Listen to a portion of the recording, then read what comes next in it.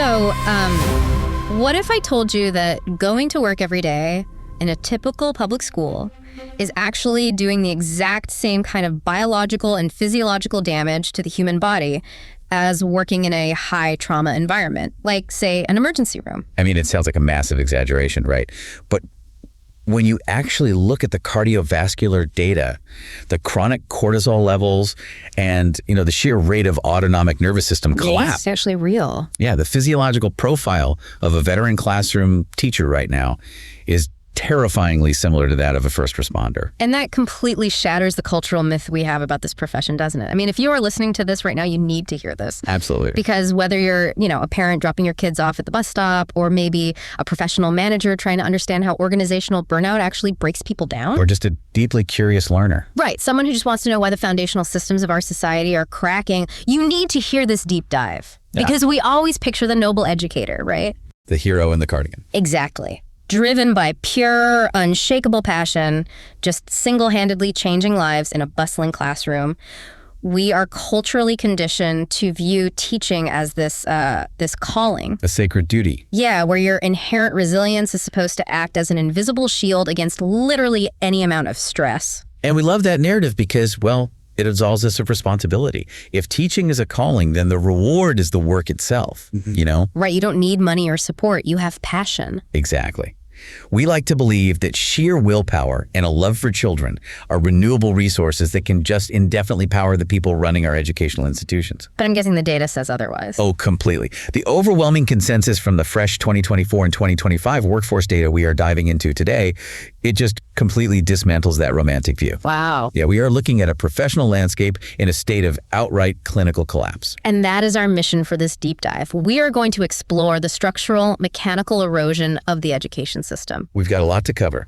We really do. We've got a massive stack of recent longitudinal surveys, biological impact studies, and some truly eye-opening international case studies. And the core thesis here, the lens through which we have to view all of this, is that we must fundamentally stop treating teacher burnout as an individual failure. So no more saying, oh, they just weren't resilient enough. Right. We have to start analyzing this as a clinical syndrome caused by severe objective defects in the system itself. That is a huge paradigm shift. It is the crucial paradigm shift. Because when an entire demographic of professionals begins to experience the exact same physiological breakdowns and the same psychological exhaustion at the exact same time, I can't blame the individual anymore. Exactly. You can no longer blame individual work ethic. You have to look at the environment. You have to look at the assembly line. Okay, let's unpack this assembly line. Because no one goes into a kindergarten classroom or a high school chemistry lab with the goal of being miserable. No, of course not. There is always a spark at the beginning. So walk us through that descent. How does someone who is highly motivated, highly educated, and profoundly idealistic transform into a cynical, exhausted shell? Well, day one is usually characterized by a massive surplus of empathy. Right. They want to change the world. Yeah, the vast majority of educators enter this field with a deep-seated, almost fierce desire to contribute to the social good. They want to make a tangible difference in the lives of young people. But then reality hits. But in the current structural environment, that very empathy, that willingness to give, is actually weaponized against them. The research we are looking at describes the very first stage of this descent as compassion fatigue. Compassion fatigue. I've heard that term used for social workers and nurses. Exactly. Because a teacher is no longer just delivering a curriculum. You are pouring your emotional reserves into 30 different human beings every single hour. Right. You are acting as a triage counselor for a student whose parents are going through a divorce, a social worker for a kid who didn't have dinner last night, and a behavioral mediator. All before you even open the math textbook. And you can only pour from an empty cup for so long before the cup it shatters. But here's the thing. The emotional drain is just the psychological surface layer. Wait, there's more. Oh, yeah. What really accelerates the demoralization are the quantifiable structural defects of the job. And the most glaring of these is a concept the literature refers to as invisible labor. Invisible labor. Let's look at the actual hours then. So the 2024 and 2025 numbers show the average teacher is working a 49-hour work week. Okay, now I can already hear someone listening to this and thinking, okay, 49 hours, I work in corporate finance, or I run a small business, and I work 50 hours a week too. What's the difference? The difference is the contract and the compensation. Out of that 49-hour week, the data shows an average of 10 hours is completely unpaid, uncontracted labor. 10 hours. That is an entire extra work day every single week that they are just expected to donate to the state. And what does that invisible labor actually look like? Because it's not just lingering at the office by the water cooler, right? Not at all. It is the grading of 120 essays at the kitchen table on a Saturday morning. It is the lesson planning on a Sunday night when they should be resting. It is spending their own money at the store to buy dry erase markers and granola bars for their classroom. It's the constant stream of parent communication through apps and emails completely off the clock. Exactly. The entire public education institution is effectively being subsidized by the unpaid labor and the personal time of its workforce. I want to focus on what they are actually doing during those hours, though, because it's not just the volume of work, it's the nature of it. What do you mean? It's like, okay, imagine you hire someone to be a master gardener. They have a degree in botany, they understand soil chemistry, they just love watching things grow. Right. You give them a plot of land and say, cultivate a beautiful, diverse ecosystem. But then a week later, management comes in with a clipboard and says, actually, we don't care about the ecosystem. Just make it look good on paper. Exactly. We are going to judge your performance and determine your salary entirely based on how many identical mass-produced plastic flowers you can manufacture on this assembly line by Friday. Wow. And if you don't hit the quota, you're a bad gardener. That analogy perfectly captures a phenomenon the researchers call the terrors of performativity. The terrors of performativity. That sounds intense. It is. Over the last few decades, modern education has become completely saturated with high-stakes performance evaluations and relentless standardized testing regimes. Right, plastic flowers. Exactly. These bureaucratic systems aggressively value standardized, quantifiable metrics over meaningful, holistic human development. So the teacher knows exactly what the student actually needs to thrive. They know the soil, to use the analogy, but they are legally and professionally mandated to manufacture the plastic flowers instead. And that tension is where the idealism goes to die. I can imagine. When an educator is forced, day after day, to choose between meeting a rigid, often arbitrary bureaucratic demand and actually serving the genuine human needs of the child sitting in front of them, the result is profound demoralization. Demoralization? Yeah, demoralization is a very specific researched state. It occurs when a professional feels they're being systemically prevented from doing what is good, right, and just. So their moral compass is constantly thwarted by the requirements of the job itself. Precisely. So you aren't just tired from a long day of teaching. You are morally compromised. You feel like a participant in a system that is failing the very kids you swore to help. And when you sit in that cognitive dissonance for years, it pushes you straight into clinical burnout. Okay, let's stop there for a second. We really need to define what clinical burnout means here, because in our culture, we use that phrase way too casually. We do. We say, oh, I'm so burned out, I need a long weekend. Exactly. But in the clinical literature, burnout is a severe syndrome, right? Defined across 3 distinct dimensions. Yes. The first is emotional exhaustion. And this isn't just being sleepy. This is the absolute foundational depletion of emotional resources. So the teacher has nothing left to give. Nothing.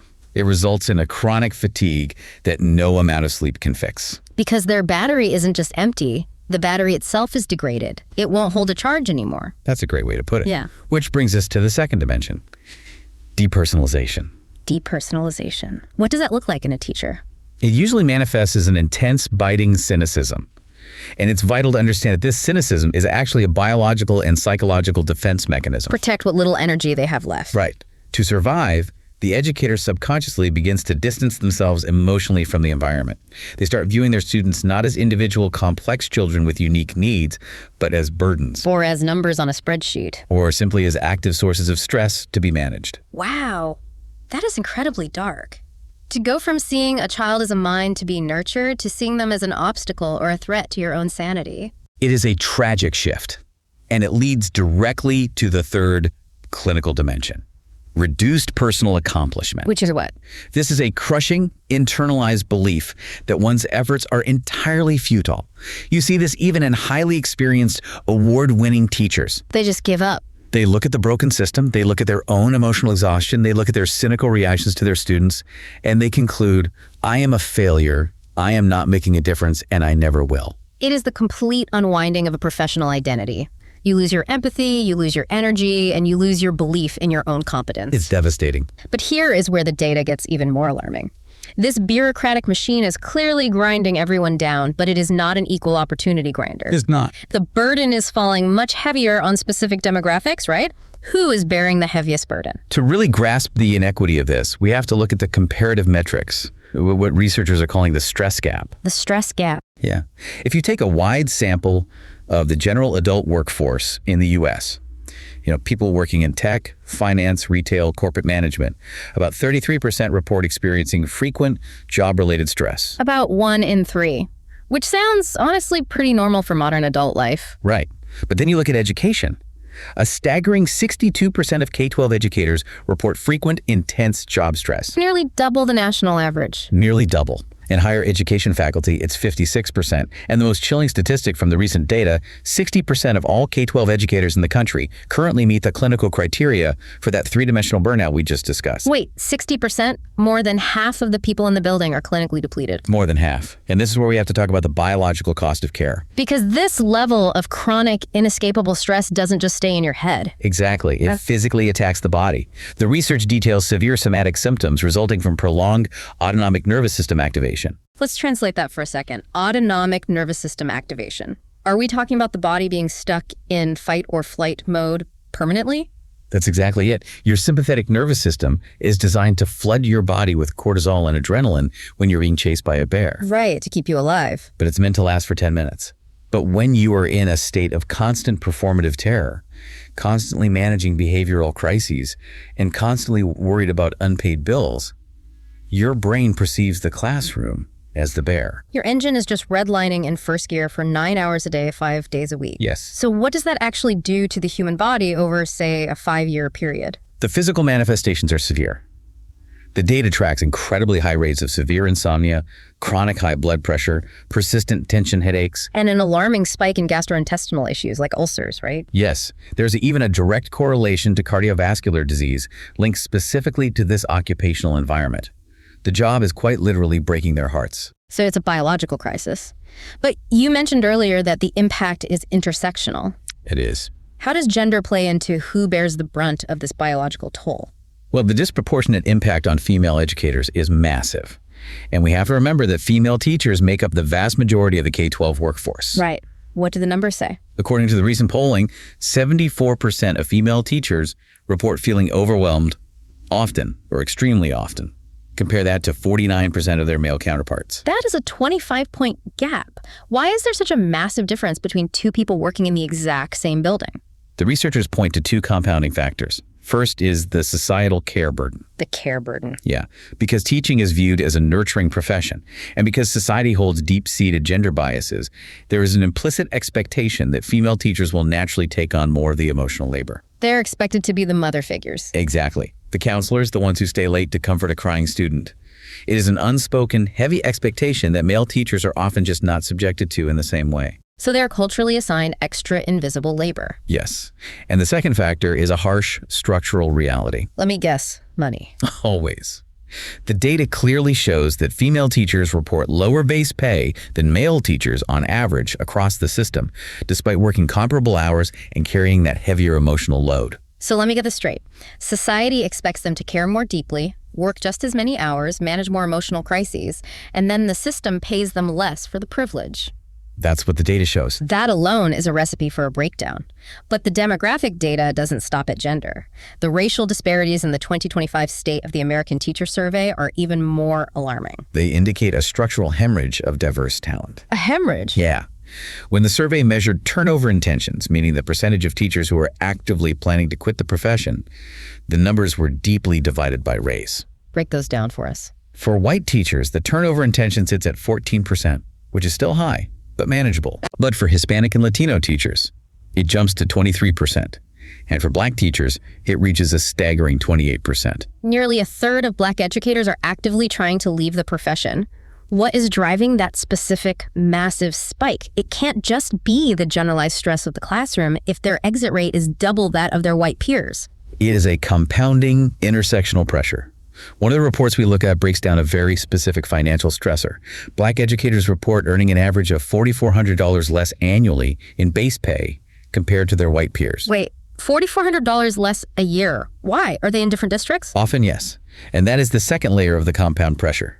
Due to systemic housing and funding inequities, Black educators are disproportionately placed in under-resourced, high-poverty schools. So you are taking on the most challenging, highest trauma educational environments with the fewest resources. Oh, they're carrying an enormous emotional tax, yes. And you are being paid significantly less to do it. The financial stress merges with the psychological toll, and it just becomes completely unsustainable. I have to pause here because this exposes a massive hypocrisy. You cannot go to a public school district website today without seeing a massive banner about their diversity initiatives, right? No, they're everywhere. They constantly talk about how much they value a representative workforce. But if nearly a third of Black educators are being driven out of the system, it seems like we treat diversity as a PR talking point. A brochure photo. Right. It's a nice-to-have brochure photo rather than treating it as a structural necessity that requires actual, equitable financial support to maintain. The data strongly suggests that the system happily relies on the passion and the cultural connection of diverse educators, but it entirely fails to provide the economic and structural scaffolding they need to survive the environment. And the collateral damage of that failure falls directly onto the students. Directly. When 28% of Black teachers leave, you lose culturally responsive pedagogy. You exacerbate educational inequities for students of color who deeply rely on seeing themselves reflected in their mentors, leaders, and role models. Which is the perfect pivot point, because this entire physiological and demographic collapse we've been talking about, the insomnia, the ulcers, the financial stress, the cynical depersonalization. It doesn't just stay neatly compartmentalized in the teacher's body or in their bank account. No, it doesn't. When a teacher walks into a room with 30 kids, that trauma bleeds directly into the classroom ecosystem. Let's look at that collateral damage. How does the stress contagion affect the students? Well, the damage to the students is measurable and profound. We reviewed a systematic analysis of 14 separate large-scale studies that encompassed over 50,000 students. 50,000 students, that's a massive sample size. It is. And the findings across all of them are unequivocal. There's a direct negative correlation between teacher burnout and student academic achievement. So when the teacher's battery is degraded, the student's learning degrades with it. But how does that mechanically happen? Because I think a lot of people assume that even if teacher is tired and miserable, they still have the curriculum. They are still standing at the board teaching fractions. So why does the test score drop? Because the quality and the depth of the instruction plummet. The literature refers to this as instructional withdrawal. Instructional withdrawal. Yeah. Think about the cognitive bandwidth required to teach well. A healthy teacher creates highly engaging, differentiated lesson plans. They walk around the room, they read the subtle cues of a student who is confused. They offer incredibly detailed, personalized feedback on an essay. Right. An emotionally exhausted teacher physically does not have the brain power for that. They fall back on rote worksheets. They show a video. Their feedback goes from, let's explore why you structured this paragraph this way, to simply a red check mark or an X. They enter survival mode. Just keep the kids quiet until the bell rings. Survival mode? That's so sad. But the academic decline is only half the story. The behavioral and psychological impact on the student is actually much more severe, and it traces back to that cynicism we discussed earlier. The depersonalization. Yes. When a teacher is cynical and treats students impersonally, it acts as a wrecking ball to a student's intrinsic motivation. Because they can feel the coldness. Exactly. A child's natural curiosity, their inherent desire to explore and learn, completely evaporates in a cold environment. Instead, their motivation shifts entirely to what psychologists call controlled motivation. Controlled motivation, meaning they aren't reading the book because they want to know what happens. They are reading the book purely to avoid getting yelled at or failing the class. Exactly. They are acting only to avoid punishment or to gain a superficial reward. And this shift initiates one of the most devastating vicious cycles in the entire education system. Let's trace that cycle, because this seems like a massive domino effect. It is. It starts with the teacher's burnout, which leads to lower engagement and poor classroom management. And because the kids aren't engaged and the teacher isn't managing the room effectively, you naturally see a spike in student disruption, apathy, and misbehavior. And when a room full of 30 kids starts misbehaving, it spikes the teacher's stress levels even higher, which accelerates their burnout, which further degrades their classroom management, which causes even more severe misbehavior. It is a closed, self-amplifying loop of escalating dysfunction. Perfectly said. You know what is really fascinating about this, though? We always talk about students reacting to a bad lesson plan or a chaotic room, but kids are incredibly astute. They are little emotional sponges. They absolutely are. How do they perceive the teacher's underlying stress on a daily basis? Do they just think the teacher is mean, or do they internalize that depersonalization as a reflection of their own personal worth? That is perhaps the most heartbreaking insight in the research. Students don't just react to the worksheet, They react to the ambient emotional state of the adult in the room. Here's where it gets really interesting. Right, and this brings us to one of the most alarming scientific revelations in the data burnout, is literally, biologically contagious. The literature calls it the stress contagion effect. Wait, contagious, like catching a cold? Physiologically, yes. Humans are deeply empathetic mammals. When a student spends 6 to 7 hours a day in a confined room with an adult who is chronically stressed, cynical, and emotionally dysregulated. The student's nervous system actually mirrors that adult state. Exactly. Studies have taken saliva samples from students in these classrooms and found that they exhibit significantly elevated levels of cortisol, the primary stress hormone in their own bodies. Are you saying that a teacher's bureaucratic stress, their worry about standardized tests and unpaid labor is literally altering the hormonal makeup of the children sitting at the desks? That is exactly what the data shows. The stress physically jumps from the educator to the student. That is terrifying. And the long-term implications of that are terrifying.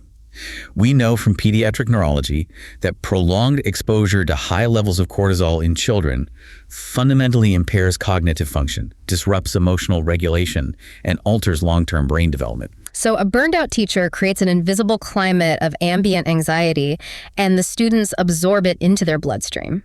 Yes. And to answer your question about self-worth, yes. When a teacher looks at a student with exhausted, cynical eyes, a child does not have the maturity to think, oh, Mr. Smith is having a hard time with his administrative workload. They just think it's their fault. The child internalizes it and thinks, I am a burden. I am not worth caring about. I am just a problem that needs to be managed. That is staggering. The invisible labor, the unpaid hours on a Sunday, the impossible plastic flower metrics, it's not just breaking the adults. It is biologically harming the cognitive development of tens of thousands of kids. Which is why we have to view this as a systemic emergency. You are literally stunting a generation's brain development because you won't give a teacher time to plan a lesson. It's an absolute tragedy. But here is the cynical truth about how the world works. If the moral argument about a teacher's health isn't enough to force politicians and school boards to change the system. And it usually isn't. Right.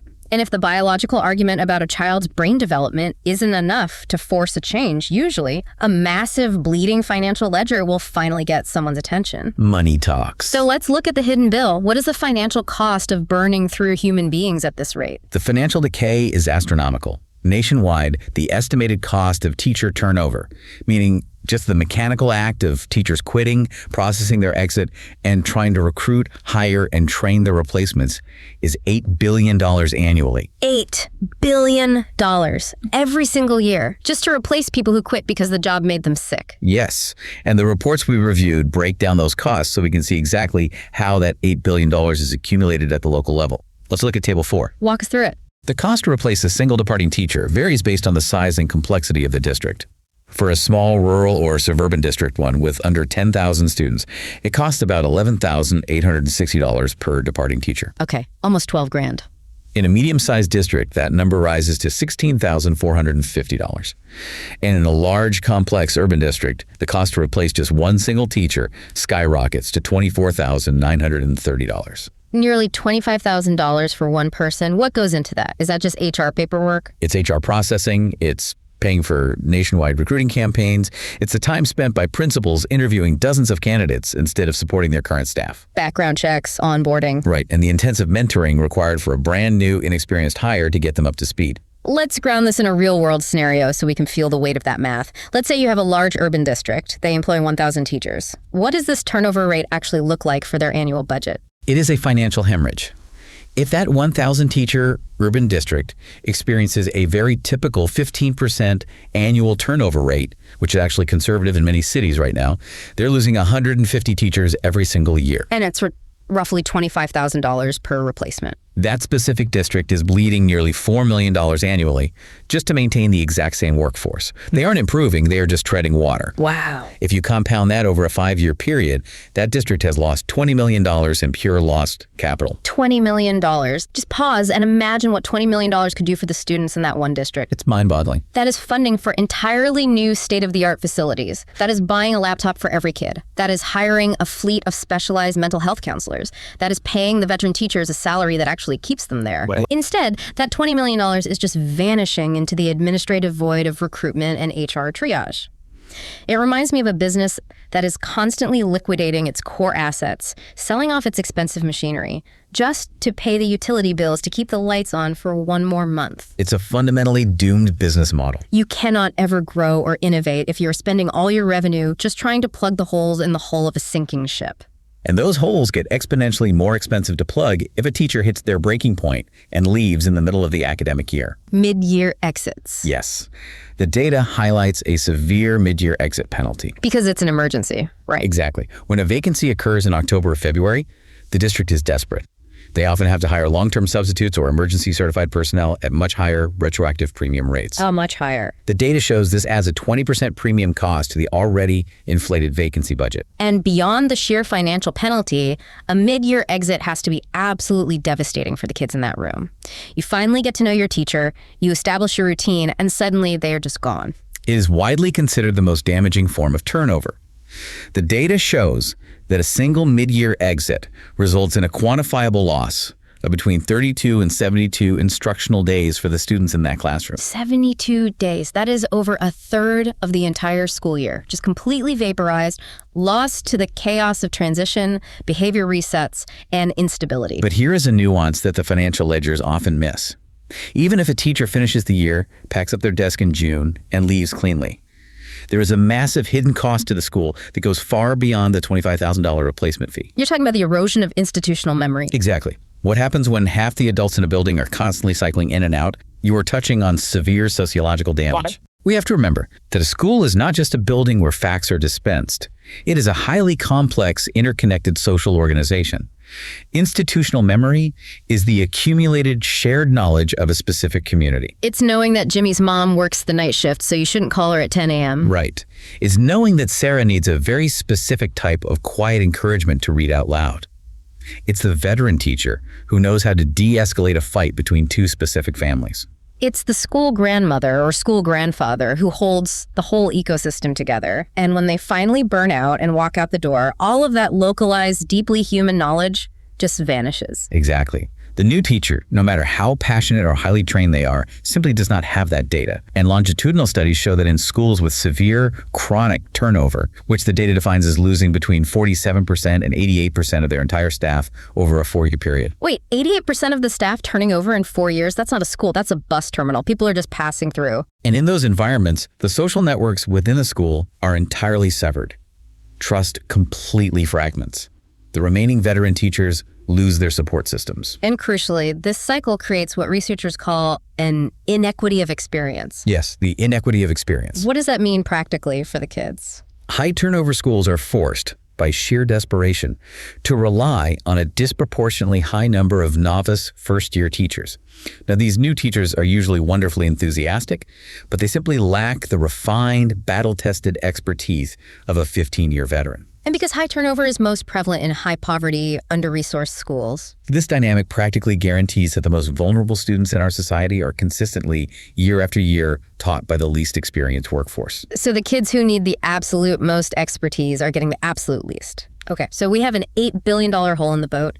We have students losing months of learning. We have kids absorbing stress hormones and institutional memory vanishing. It's a bleak picture. So with an $8 billion hole in the boat, what has the educational establishment's primary response been to fix the leak? I mean, with billions on the line, they must be implementing massive, sweeping structural changes, right? Well, this brings us to perhaps the most deeply frustrating aspect of the data we reviewed. Uh-oh. The primary response from the establishment has largely consisted of what the sources explicitly categorize as Band-Aid fixes and individual wellness interventions. You mean like mandatory deep breathing exercises? Or an after-school yoga session in the gymnasium. Exactly that. The educational establishment has heavily promoted and funded self-care professional development seminars, mindfulness apps, and resilience training. Let me guess, it doesn't work. The hard data shows this approach is a complete myth. There was a comprehensive 3-year study conducted in Colorado that evaluated a major teacher wellness initiative based on these individual self-care principles. And what did they find? The findings were stark. The study concluded that while teachers successfully learned about self-care concepts, the program had negligible practical significance in actually reducing clinical burnout levels or altering their physiological lifestyles. Negligible, so it did absolutely nothing. Why? Why doesn't teaching someone to manage their stress work? Because it completely misdiagnoses the disease. Yeah. It places the entire burden of managing profound structural stress onto the shoulders of the individual victim. It ignores the root causes. Right. Teaching someone a 4-7-8 deep breathing technique does absolutely nothing to alter the fact that they still have an unmanageable class size of 35 students, no planning period, and 10 hours of unpaid grading waiting for them at home. Right. It's like watching someone stand inside a burning building, and instead of calling the fire department with a hose, you toss them a pamphlet on better heat tolerance visualization techniques. Just close your eyes and imagine it's cool in there. That's a very apt, if tragic, comparison. In fact, the experts in the literature argue that using terms like resilience and grit in this specific context is actually a form of weaponization. Weaponized resilience. Yes, it shifts the blame. If you are burned out, if your body is failing, the implicit message is that you simply lack mental toughness. You just aren't gritty enough. The texts use a very strong, very specific word for this dynamic. Gaslighting. Gaslighting. Institutional gaslighting, telling a highly educated professional to meditate their way out of a systemic, multi-billion-dollar lack of resources is gaslighting. It absolutely is. It is a way for the system to maintain the cheap, highly profitable status quo by insisting the problem is the teacher's mindset rather than the broken, underfunded environment. Okay, but let me challenge this for a second because I want to be fair to the middle management here. I can hear school principals or district superintendents listening to this right now throwing their hands up and saying, look, I know the system is broken, but my budget was slashed by the state. I legally cannot hire 5 new teachers to reduce class sizes. Right, their hands are tied. I cannot single-handedly abolish the state testing laws. I am just a principal doing the absolute best I can with what little I have. What is so inherently damaging about them offering their staff a free subscription to a mindfulness app or giving them a jeans day on Friday to try and boost morale? It's a very fair question, and it highlights the impossible bind that school leaders are trapped in. But the research points out that these minor perks, like jeans days or pizza parties, are often perceived by the exhausted staff as profoundly devaluing to their professional craft. Because it's insulting. It feels insulting to be offered the privilege of wearing denim trousers in exchange for working a 50-hour week on substandard pay. It infantilizes them. Yeah, that makes sense. But the real danger of these Band-Aids is that they provide an illusion of action. They allow the district or the state to check a compliance box that says, teacher wellness addressed, which actually prevents the system from undergoing the radical surgery it desperately requires. So it's a pacifier. It stops the crying for 5 minutes, but provides zero nutrition. If jeans days and meditation apps are out, what is the actual actionable advice for a school leader right now, today, based on the research? If they want to build a real community, what do they do? The evidence suggests that for any wellness program to have actual efficacy, it must be socially oriented rather than individualistic. School leaders need to foster genuine structural community. What does that look like in practice?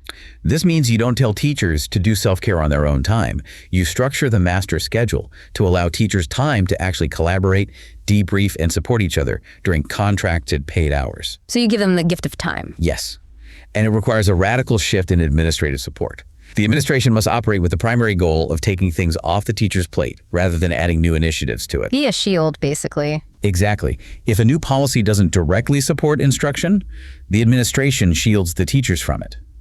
Fundamentally, the data says any wellness initiative must be paired with a tangible, measurable reduction in workload and a significant increase in professional agency. But as you just said, a local principal can only do so much within the current broken engine. To really solve this, we need to look at models that have completely taken the engine apart and rebuilt it from scratch. Let's talk about those radical overhauls. They have to. And let's look outside our own borders first, because sometimes you can't see the water you're swimming in until you look at another ocean.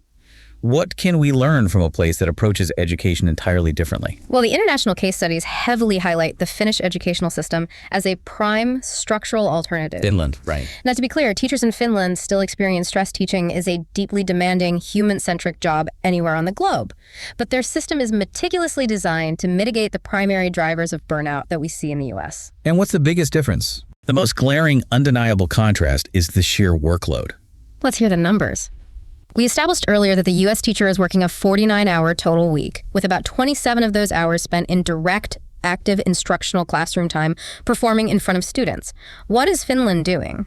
In Finland, the teaching load, the actual hours spent actively instructing students in the classroom, is strictly capped at 18 to 19 hours a week. Wait, 18 to 19 hours compared to our 27. That is nearly a 10-hour difference in direct performance time. What do they do with the rest of their paid week? Do they just go home?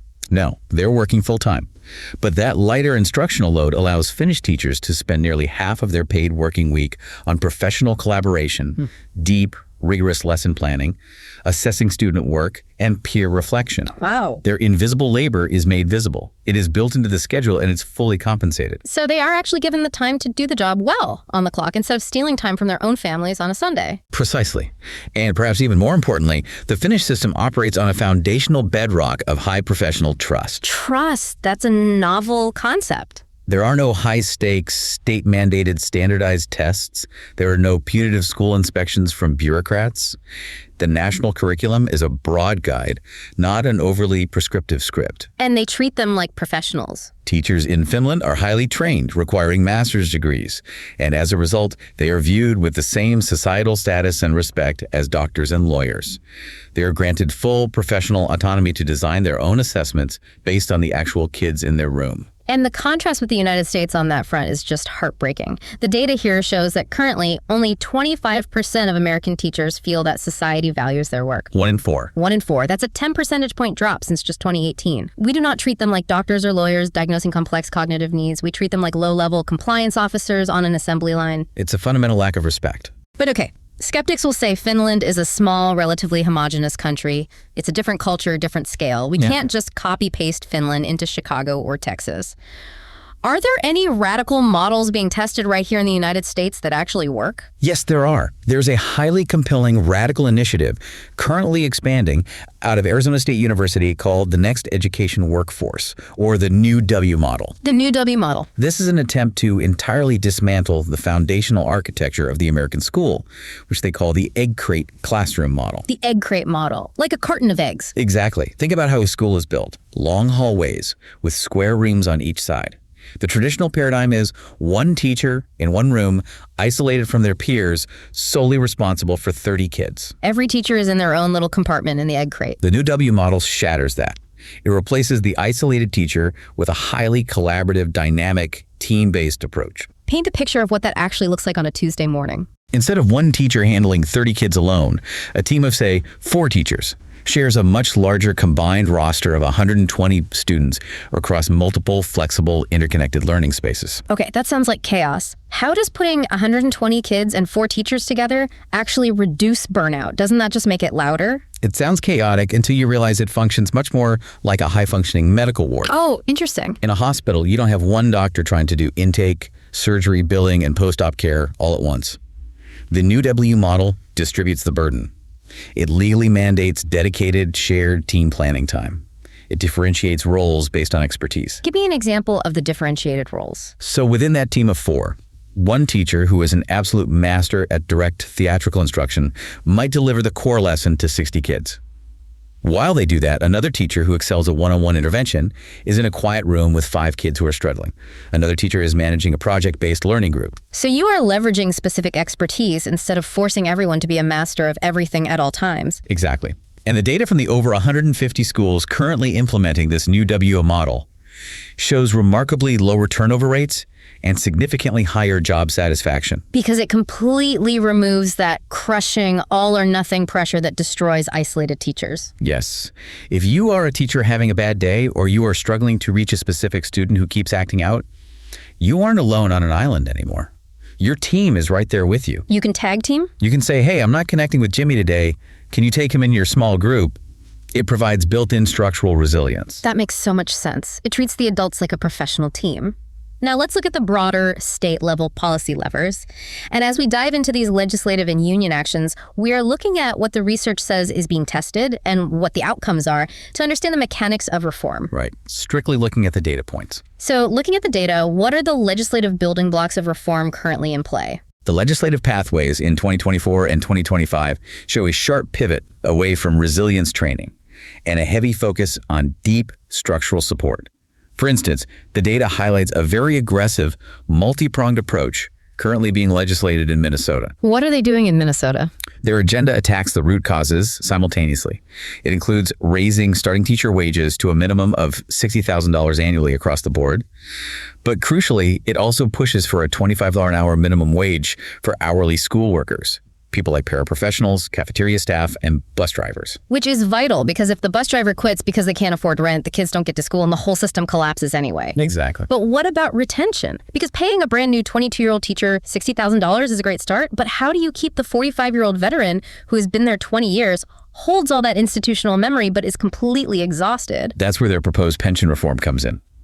They are pushing for an unreduced career rule, which would allow an educator to retire at 60 years of age with full benefits, provided they have 30 years of service. So giving them a visible, attainable finish line. Yes. The goal is to retain those mid-career educators who might otherwise leave early due to burnout. Furthermore, the Minnesota approach legally mandates fully staffing mental health teams in every school. To deal with the compassion fatigue. The specific goal is to take the heavy psychological counseling burden off the shoulders of the classroom teacher, handing it to a trained professional, while simultaneously mandating more duty-free, uninterrupted prep time for the teacher to actually plan. So paying them a livable wage, letting them retire reasonably, giving them time to plan, and bringing in actual psychologists. It sounds so basic, yet it's revolutionary. What else is happening around the country? In New York, the data points to Senate Bill S3783, which explores mandatory, state-funded continuing education for teachers, specifically in trauma-informed care and student mental health. Because right now, teachers are essentially acting as unlicensed therapists. Exactly. The goal of that legislation is to equip teachers with the actual professional clinical skills needed to manage the incredibly complex social-emotional needs of students today, rather than just leaving them to figure it out through trial and error in a chaotic room. But ultimately, all these localized policy levers, the new W model, the mental health teams, the trauma training, they all kind of circle back to the massive elephant in the room. Compensation. Yes, compensation. You mentioned the base pay issue earlier, but the macro data on the overall wage gap is wild. It is arguably the central structural defect. The sources highlight an economic metric known as the teacher pay penalty. In 2024, the relative wage gap between public school teachers and other comparably educated college graduates reached an all-time record high of 26.9%. Okay, let's make sure that's clear. A teacher who holds a bachelor's or often a master's degree is making nearly 27% less than someone with the exact same level of education who went into nursing or accounting or mid-level management. Correct. The texts break it down into very simple terms. On average, public school teachers earn only 73 cents for every dollar earned by similarly educated professionals in other sectors. 73 cents on the dollar. If you want to stop the bleeding, sustained massive financial investment is required to close that gap. The profession simply cannot remain competitive in a capitalist economy when it penalizes its workers by nearly 30% for choosing to serve the public. And how are educators, both globally and domestically, trying to force the system to make that investment? Because the system isn't going to just hand over 30% raises out of the goodness of its heart. The data shows that organized collective action is the primary historical and current mechanism for forcing structural investment. Internationally, the sources cite the Stand Up with the Teacher campaign in Jordan. What happened there? Between 2015 and 2023, this campaign successfully mobilized to secure fundamental labor rights, unionization, and baseline pay protections for female private educators, which fundamentally shifted the power dynamics in that country's educational sector. And what does the data show domestically regarding collective bargaining? Domestically, the U.S. data shows a stark, undeniable financial contrast related to the presence of collective bargaining. In states that have strong collective bargaining requirements for educators, the average teacher salary sits at $81,200. And in non-bargaining states? In non-bargaining states, that average salary plummets to $60,300. The data clearly highlights the mathematical role that these organizations play in negotiating systemic financial changes and closing that pay penalty. So what does this all mean? We've looked at the terrifying biology of cortisol and heart disease, the $8 billion financial drain of constant turnover, the international models of trust in Finland, and the massive policy levers required to fix it. It's a lot to take in. It really is. How do we get the general public on board to actually demand and fund a radical overhaul? Because overhauling a system this entrenched, this massive, sounds incredibly expensive and politically terrifying. Well, the transition relies entirely on public perception catching up to the data. And the polling suggests the public might actually be much more ready for a radical overhaul than the political establishment assumes. Really? What did the polls say? The 2025 PDK poll provides a crucial, clear mandate from the populace. 92% of Americans believe that addressing teacher pay and retention is an important issue. 92%. That is near universal agreement. You can hardly get 92% of people to agree that the sky is blue. Furthermore, 66% of the public actively opposes dismantling or eliminating the Federal Department of Education. So the general public recognizes the inherent value of the institution. They want the public school system supported, funded, and fixed, not dismantled and sold for parts. Exactly. The public recognizes, even intuitively, that the current industrial age model of schooling rigid schedules, isolated teachers in egg crate rooms, and obsession with standardized plastic flower metrics is fundamentally incompatible with the complex human needs of a modern society. We need to modernize. The roadmap for the future is clear in the data. It requires reprofessionalizing the craft of teaching. It means granting true Finnish-style autonomy, eliminating the 26.9% pay penalty, and completely shifting accountability away from performative testing toward holistic, student-centered outcomes. Which brings us to the core realization of this entire deep dive, the aha moment of this whole stack of research. Resolving teacher burnout is absolutely not about teaching educators how to cope with a toxic environment. No, it's not. It's not about finding more resilient people. It is about fundamentally redesigning the environment itself. We are trying to run a 21st century, highly complex, emotionally demanding knowledge sector using a 19th century factory floor management style. And it's breaking them. Yes, it is physically, biologically, and financially breaking the people who are trying to make it work. That is the perfect synthesis. We cannot continually expect human beings to sustain a system that stubbornly refuses to sustain them. It's a one-way street. Right. The biological cost to the teachers' bodies, the physiological stress directly passed into the developing brains of the students, and the $8 billion annual drain on public resources all point to an undeniable conclusion. The system has reached the absolute end of its viability in its current form. It really leaves you in a haunting perspective the next time you drive past a local school. And as we wrap up, I want to leave you, the listener, with a final thought to ponder. It's an important one. We've spent this time talking about billion-dollar budgets and pedagogical models and state policies, but strip all that away and look at the sheer, raw reality of what we've uncovered today. The human element. Yes, the human element. If our public education system's budget fundamentally relies on the unpaid labor, the emotional depletion, and the actual physical deterioration of its workforce just to remain solvent and keep the doors open, are we actually preparing our children for a healthy, prosperous future? Or are we simply borrowing against the health and the lives of the people trying to build it? That is the defining question for the next decade of public education. It truly is. Thank you so much for joining us on this deep dive. Keep questioning the systems around you, keep looking for the why behind the data, and as always, keep learning. We'll catch you next time.